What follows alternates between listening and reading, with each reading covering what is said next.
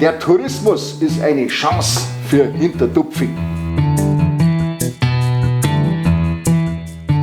Aber da willst du nicht dort über den Zaun hängen. Deswegen heißt es ja wahrscheinlich Hintertupfing, oder? Bei uns in dem Nest, da bleibt doch keiner. Dass wir das halt ändern. Das funktioniert also nicht. Auf was hast denn du vorgestern auf Nacht schon wieder geschossen? Wo ist denn da die Straße gekommen?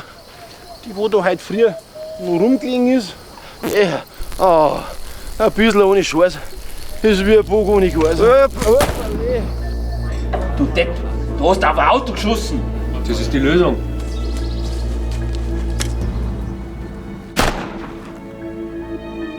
Scheiße. Und das gilt leider nur mit Zielwasser.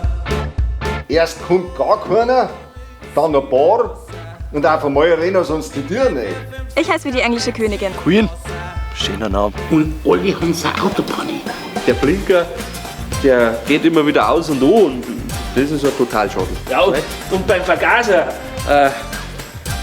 Ja, der Vergaser, genau. Ja, vielleicht tut ja irgendeiner von den Einheimischen die Autos manipulieren. Wir haben nichts gesehen.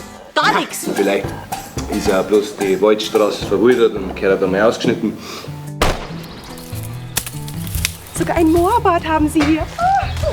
Haben wir jetzt einen Anus Apertus oder was? Das war doch schon allweil so. Ja, merkt ihr Primaten denn überhaupt nicht, was in eurem verkackten Kuhdorf alles los ist? Hat der Tomaten gesagt. Kennen Sie nicht aus.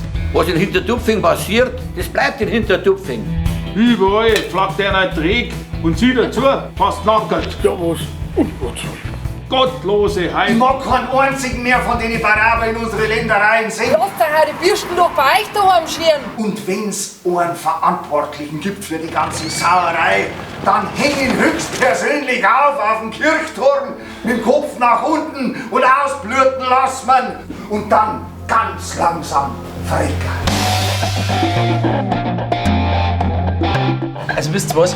Wir fahren heute Abend noch in die Stadt. Und dann sagen wir euch mal irgendwas Besseres. Weißt du, wie das geht? In der Stadt brauchst du ein Parkbillett. Das kostet halt nicht einmal was. Ja, leg's rein. Machen wir's.